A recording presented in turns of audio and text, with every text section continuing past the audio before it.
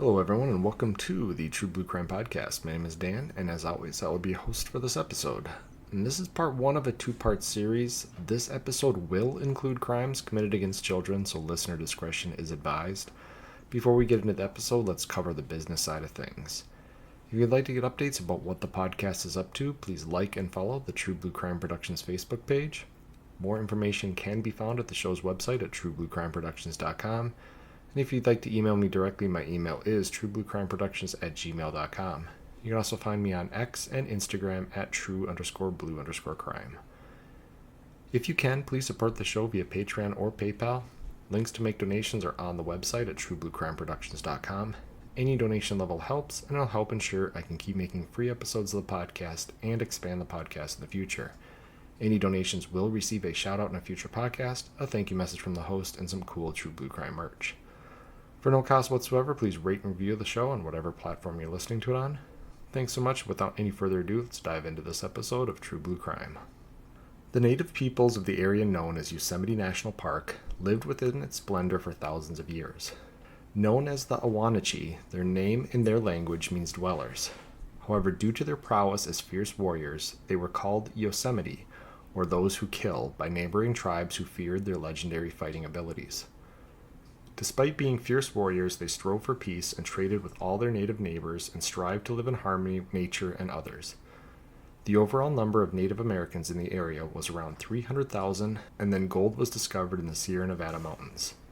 An influx of prospectors, soldiers, and families quickly encroached on the Awahatchee land, and after losing land, game, and being weakened by disease, the native tribes fought back in what became known as the Mariposa War. By the end of the war, the 90,000 new settlers to the area had caused a massive decline in the native population, and of the estimated 3,000 that existed around 1800, their numbers fell to around 50,000 by the end of the gold rush.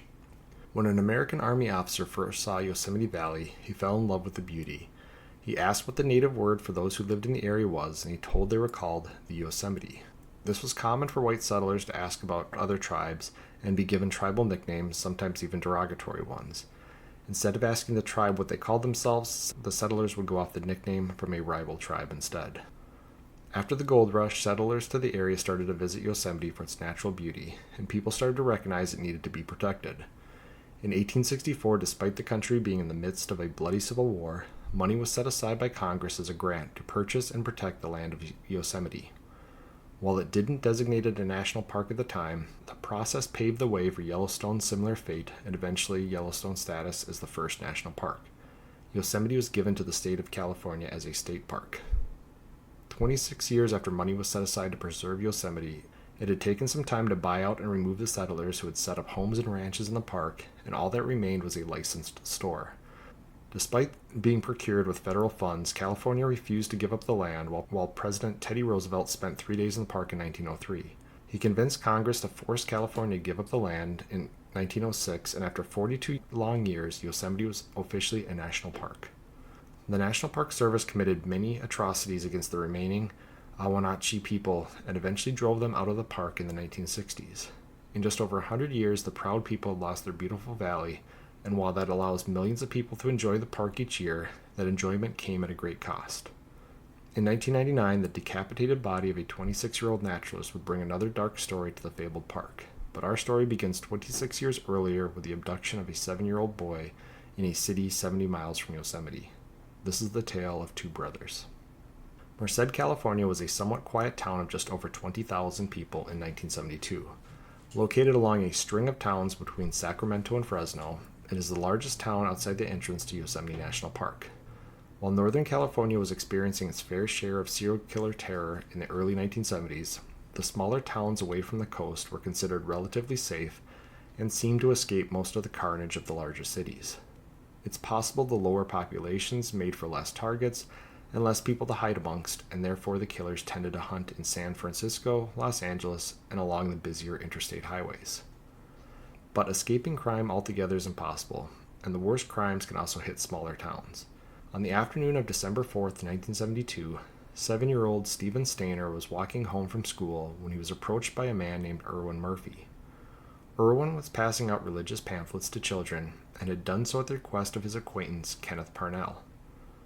Erwin and Kenneth had met while working together at a resort in Yosemite National Park, and Kenneth had convinced the simple-minded Erwin that he was an aspiring minister and wanted to convert young boys to a more religious lifestyle. Kenneth had been so convincing that Erwin had agreed to help Kenneth kidnap a young boy so that Kenneth could raise him under God's inspiration. Erwin wanted to help out his friend, and on that fateful day, he isolated Stephen and asked him if he thought his parents would be willing to donate anything to raise money for Erwin's church. Stephen, likely letting his guard down because he felt the man was with a church and therefore he was safe, agreed to show the man where his house was. Erwin got the attention of Kenneth, who had been parked nearby in a white Buick, and Kenneth drove up and Erwin and Stephen got into the car.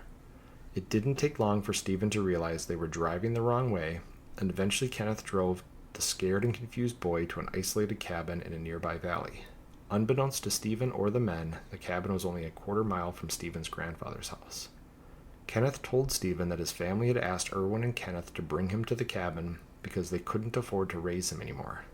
Stephen was the middle child of his parents' 5 children and had an older brother and sister and 2 younger sisters. Stephen asked to be brought home, but was told again and again that his parents had too many children and they didn't have enough money. Kenneth molested Stephen that first night, and 2 weeks later he sexually assaulted him for the first time. Stephen continued to beg to be brought home, and he was told that Kenneth had legally adopted him and his parents didn't want him anymore, so he wasn't going home. Kenneth even pretended to talk to Stephen's mother on the phone in front of Stephen to make it appear as if they were having a conversation about her not wanting Stephen and her giving permission to Kenneth to adopt Stephen. After months of abuse and imprisonment, Kenneth convinced Stephen that his name was Dennis, and he couldn't leave him because he was his father, and he had no other family. They moved out of the area, and Kenneth enrolled him in various schools as Dennis, and changed Stephen's date of birth to ensure no one was able to connect him to the missing boy out of Merced, California. Kenneth had changed Stephen's haircut and hair color in further efforts to hide the kidnapped victim in plain sight. So this is going to be the part of the story that becomes somewhat difficult for people to comprehend. But the one thing that's important to remember here is we're going back 50 years in time. This is pre-internet, pre-stranger danger, pre-24-hour news cycle. I wouldn't say that it's a time of innocence, because as I mentioned, we've got a lot of terrible crimes being committed in California at this time in history. But when it came to this type of a crime, I think law enforcement, parents, kids, everybody was naive to the true danger that existed in society when it came to this. And then you've got this 7-year-old kid, and 7 years old, you're on the cusp of understanding things, but at the same time you don't have a grasp of the entire world. So while you're old enough to figure some things out, you're also old enough to have things taught to you that seem to make sense. So in Stephen's case, he's being told his parents can't afford him anymore, they don't want him anymore, and then as a kid, you're taught to trust and believe adults. So here's this adult that has taken you, and now he's having what you believe to be phone conversations with your mother confirming that he's not wanted anymore by his family, and this is going to be his new life. So while some people struggle to comprehend how a kid can be taken off the street and within months he's understanding that the situation that he's in is going to be his life, and he's even getting sent off to school, and a lot of people question, well, why wouldn't he bring this up to a teacher or an administrator at the school?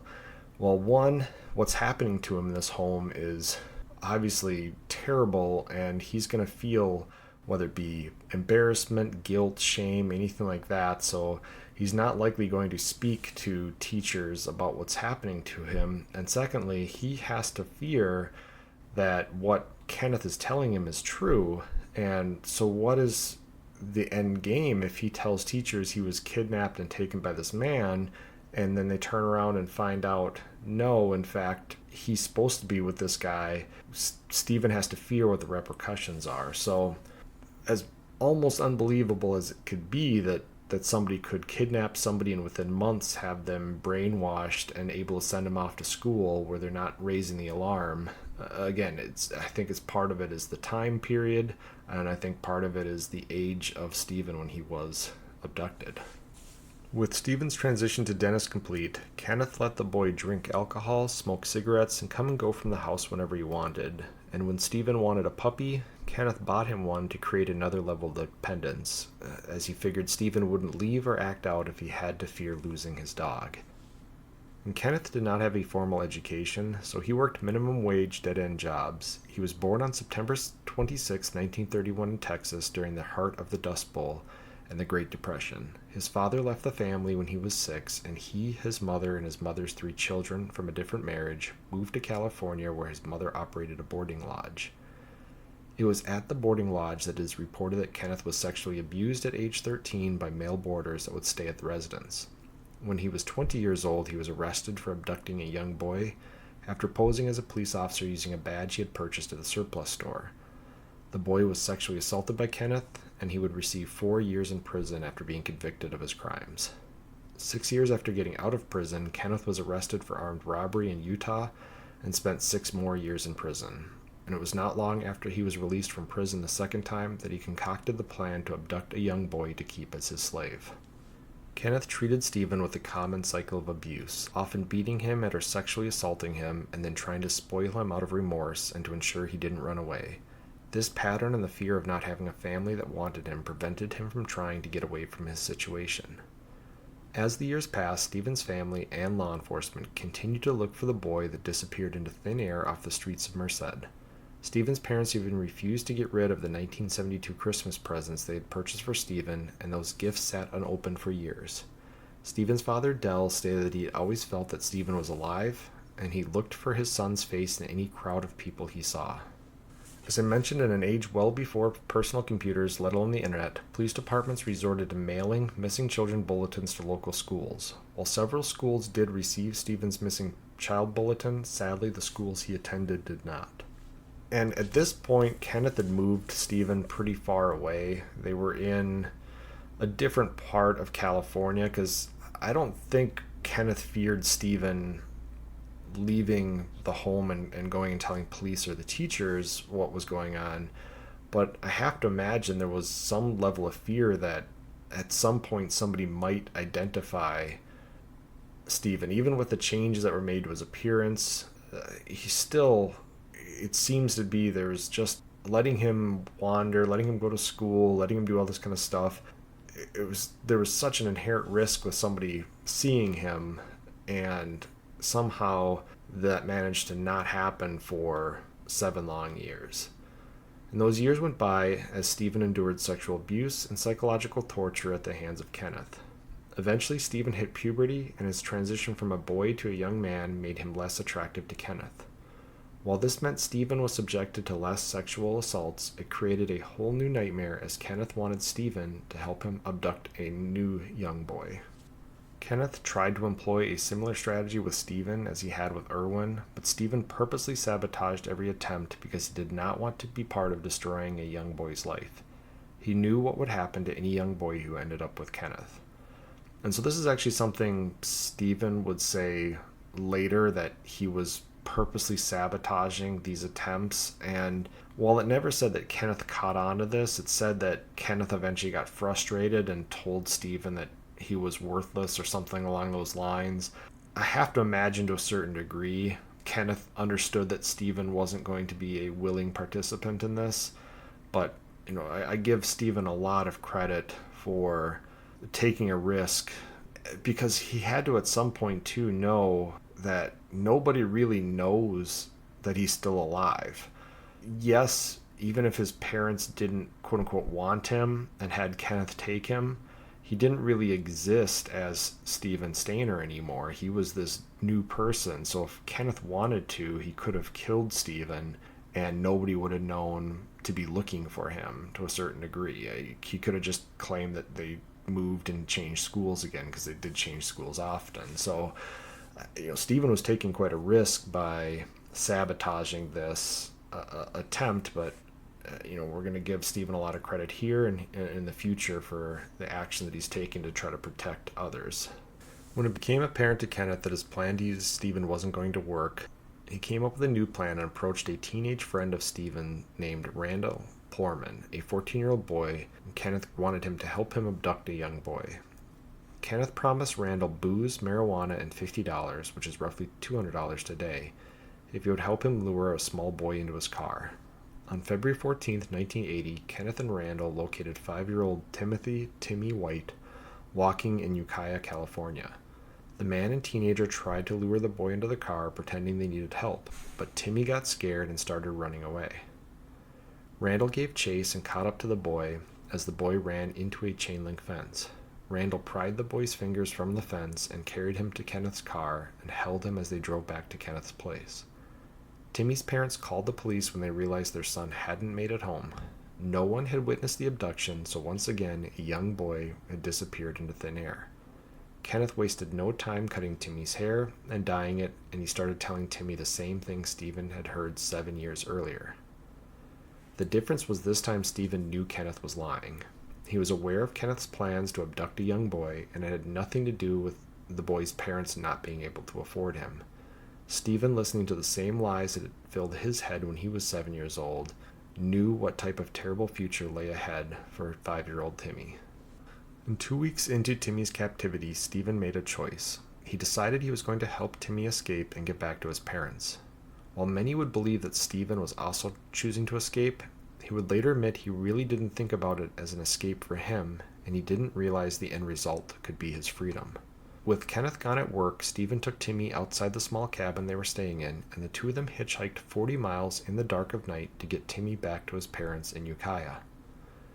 Stephen and Timmy later recalled how the tired and terrified Timmy cried as rain was falling in the pitch-black night, and Stephen carried Timmy at times as the young boy desperately tried to find his home in the small town.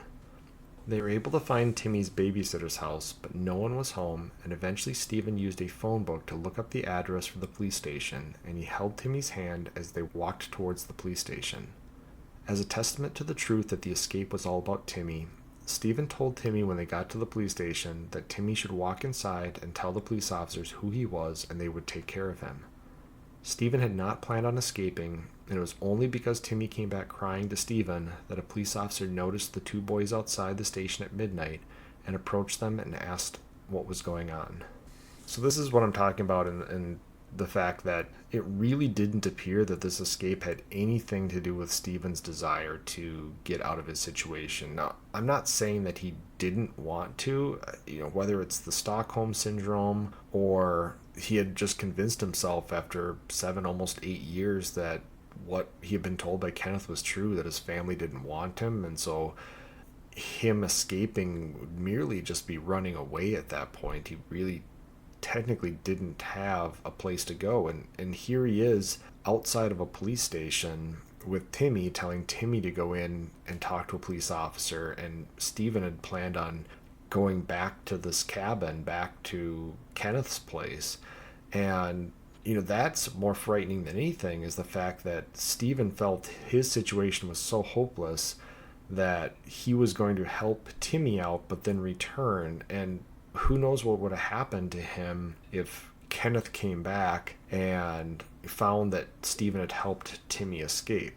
Now, Timmy can't even find his own house in the town that he lived in because he's only 5 years old. So any thought of, well, even if Stephen had to have known that if Timmy talked to the police officer would figure out where Kenneth was. No, I mean, had Timmy talked to a police officer, he probably would have been reunited with his family. He may have been able to describe this guy, but they were over 40 miles away at this cabin, and they hitchhiked to get here to a town that, as I said, Timmy couldn't even find his own house in. So how is Timmy likely going to direct police officers to Kenneth's place? I don't think that's very likely. So if Stephen doesn't talk to anybody that evening, doesn't go into the police department himself, there's little chance that Stephen is going to be rescued. Stephen probably would have hitchhiked back to Kenneth's and faced whatever consequences, which probably at that point could have included Kenneth murdering him, because now not only had Stephen interfered with getting several children which caused him to actually have to use this Randall guy.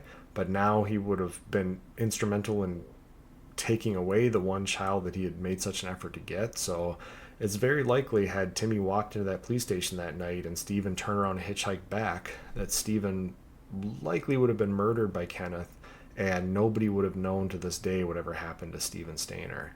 Now, Timmy might have been able to tell police officers that he was with, and who knows if Stephen used his real name or Dennis's name, but he was, with this other boy, and maybe he knew that Stephen had been with Kenneth for a while. But I just don't see a scenario in which, if Stephen is killed by Kenneth that next morning, that anybody's going to really be able to figure out what happened to Stephen Stainer.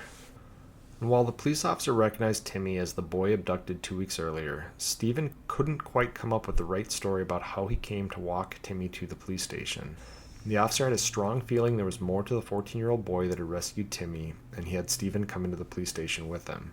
So again, even when the police officer is right there and he recognizes that Timmy's this abducted child, now granted, the police officer's automatically going to probably first assume that Stephen might have had something to do with the abduction and somehow is bringing this child back. I mean, it's likely far from the officer's mind that he's looking at 2 kidnapped victims here.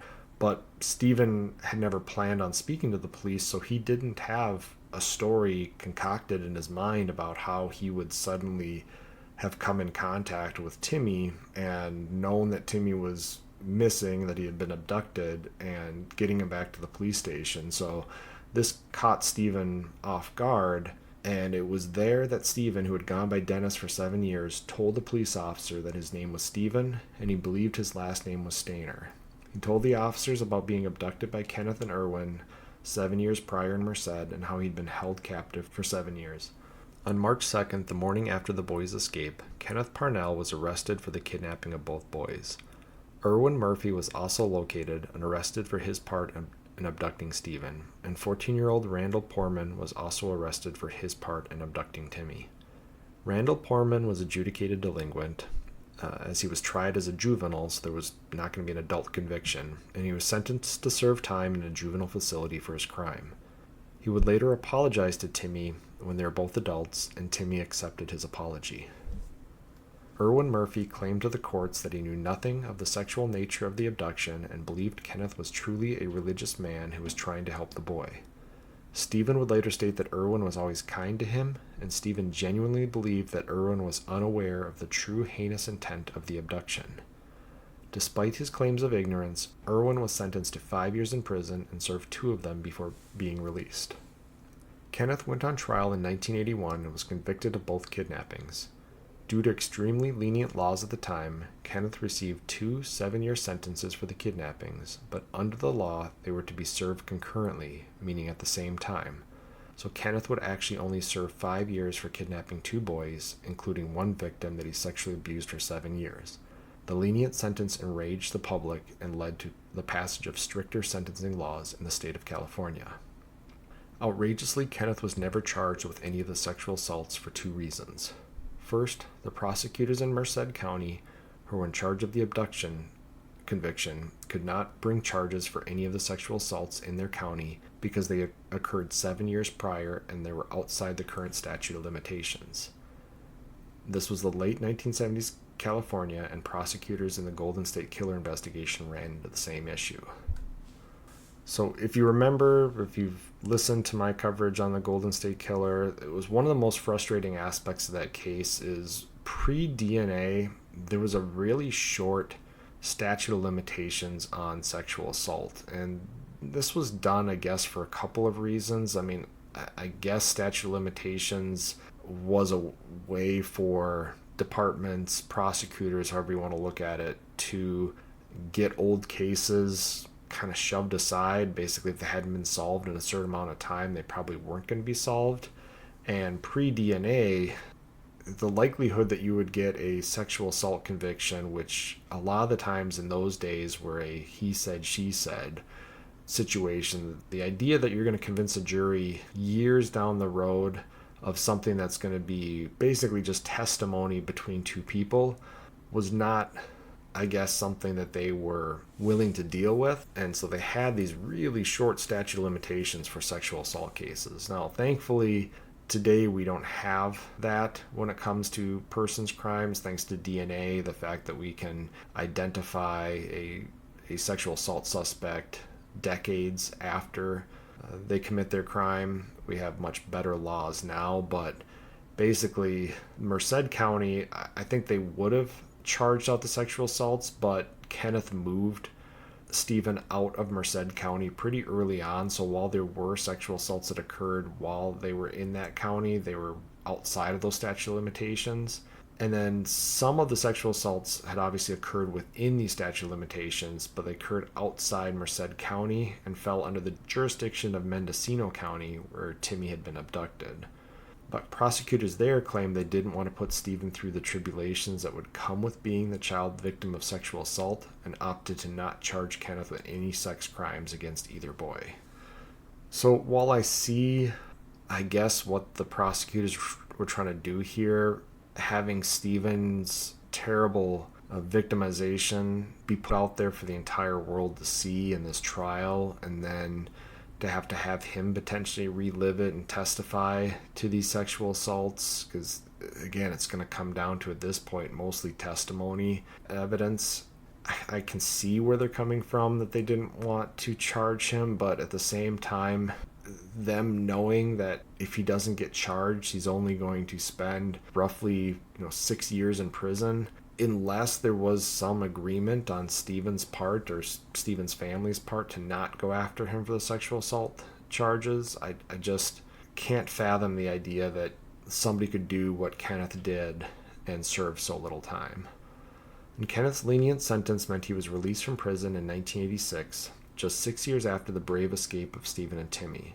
And not much is known about Kenneth's life between 1986 and 2002, but in January of 2003, he was arrested after trying to convince someone to abduct a child for him. At this point, he was 71 years old, and Kenneth suffered from numerous health ailments and complications from a stroke that he had suffered. While being cared for 24 hours a day by a home health nurse, he propositioned his caregiver's sister to abduct a young boy for him. Kenneth told the woman, Diane Stevens, that he would give her $500 if she brought him a 4-year-old boy. Diane knew how evil Kenneth was, and without any hesitation, she reported the request to the local police. As the proposition hadn't been recorded, police wanted audio proof and requested Diane confirm Kenneth's request, this time while being recorded. So yeah, a couple things here. If you're Diane Stevens, if you're this woman, of course, if your sister is providing care to a pretty famous person for being absolutely vile, I can't even imagine trying to keep a straight face when this guy is propositioning me to steal a 4-year-old child for him. So I don't even know how she managed that, unless she knew as soon as he said something, she was going to try to get him charged. But on the other side of this, I can definitely see where the police are coming from, is there's unfortunately too many people out there that are looking for their 5 seconds, 5 minutes of fame. And because there's this connection between Diane, with the fact that her sister is providing care to this guy, if this woman wants to sell her story to news outlets or reporters or whatever it might be, it's not hard to believe somebody might concoct a story like this and sensationalize it to try to make them this 5 minutes of fame, make him some quick cash. So clearly the police want this to be somewhat of an organic audio recording, see if she can get Kenneth to bring this up again and get it audio recorded so that he can't claim stuff was taken out of context, or again that it becomes a he said she said. And Kenneth was caught asking for a child and a clean birth certificate for the child, in which he would pay $500. Kenneth demanded that the child have a clean rectum, an indication the child was going to be sexually abused. Police arrested Kenneth, and he told investigators that he only wanted a child so he could feel like he had a family again. However, a search of his residence revealed items of a sexual nature that indicated that along with his request for the child to have a clean rectum, Kenneth's intention was to procure the child for sex. Kenneth went to trial 1 year later and was convicted of his charges, and under California's 3 strikes rules, he was sentenced to life in prison. He remained incarcerated until his death from natural causes in 2008. And so this is actually, it was going to be during this trial, they had Timmy, and I believe they had Randall, the teenage boy that Kenneth had help kidnap Timmy. The prosecutors wanted them at this trial because they wanted to tell the jury about how Kenneth had solicited Randall with money to help him get a 5-year-old boy who was Timmy. So they wanted to make it very clear that Kenneth had a history of this and that there was going to be a likely plan by Kenneth to use this child for sexual assaults.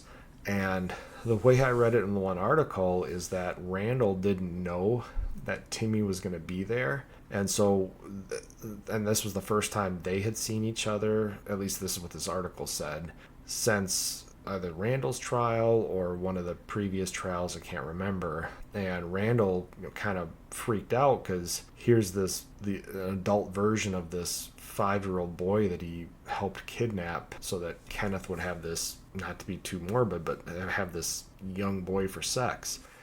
And so it was said that, again, Randall's kind of freaking out a bit, but Timmy, it said, was really kind of took Randall aside, and Randall apologized, and Timmy forgave him for everything. As he's grown up, he came to understand more and more, and that people make mistakes, and Randall maybe didn't fully understand what he was getting himself into. So they were able to have kind of this moment of forgiveness and moving past the horrible abduction of Timmy. We're going to go back now to 1980, and Timmy and Stephen were reunited with their families the day that Kenneth was arrested. Timmy's reunion was heartfelt and took some adjusting for the family, but Timmy made a full recovery and even became a LA County Sheriff's deputy in 2005. He gave lectures to children about the dangers of kidnapping and married and had 2 children. Sadly, Timmy White died of a pulmonary embolism in 2010, and he was only 35 years old. Stephen's return to his family was much more difficult. While his family was overjoyed that their loved one had returned, he had left a young boy and returned a young man with years of traumatic experiences. He had spent 7 years drinking, smoking, and going out whenever he wanted, and his parents did not want him to drink or smoke, and he had understandably strict rules about him going out. Stephen would later claim he felt as if they treated him as if he was still the fragile 7-year-old that was taken from them, and meanwhile he just wanted to be treated like a normal teenager. He later said his father never hugged him, which could be the ultimate sign of the confusion the family had about how to support Stephen. They also struggled with the idea that Stephen could have come home but didn't. So again, Timmy's return to his family, understandably it's a lot easier than what Stephen's going to go through. Stephen's parents, they hung on to this idea, kind of frozen in time, that their child was this 7-year-old boy. And I think it would be hard for parents of a missing child to age that child as the years go by. I'm not saying that they can't think of it saying, oh, well, he'd be 10 years old right now, he'd be 11 years old right now. I just mean the actual idea of, if he's still alive, what is he doing? How much bigger has he gotten? All that kind of stuff. In their mind, they still hold on to this last image, the last time they saw him. And so all of a sudden they're reunited, and he's 7, almost 8 years older.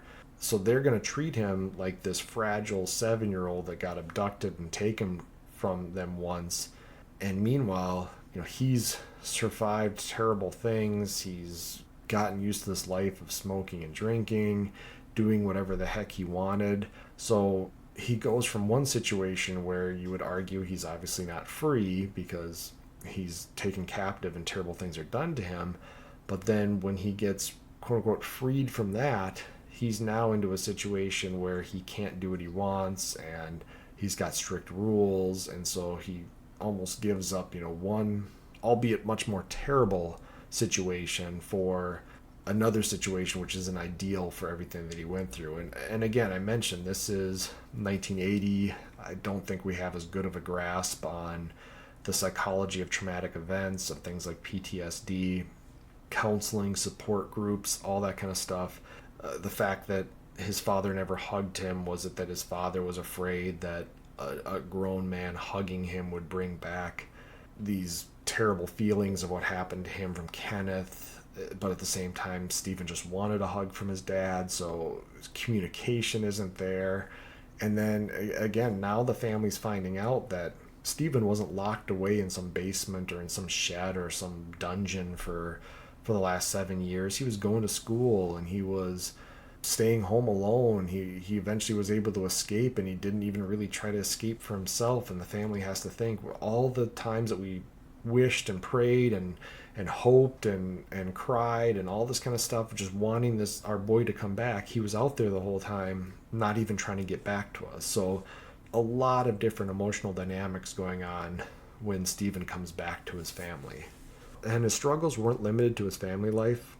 His peers often can be. Kids at his school treated him differently. Some made fun of him for being molested by an older man, and others avoided him. And he eventually dropped out of school and started drinking and smoking. And then, according to one article, he was kicked out of the family home, which just boggled my mind. I've got 3 boys.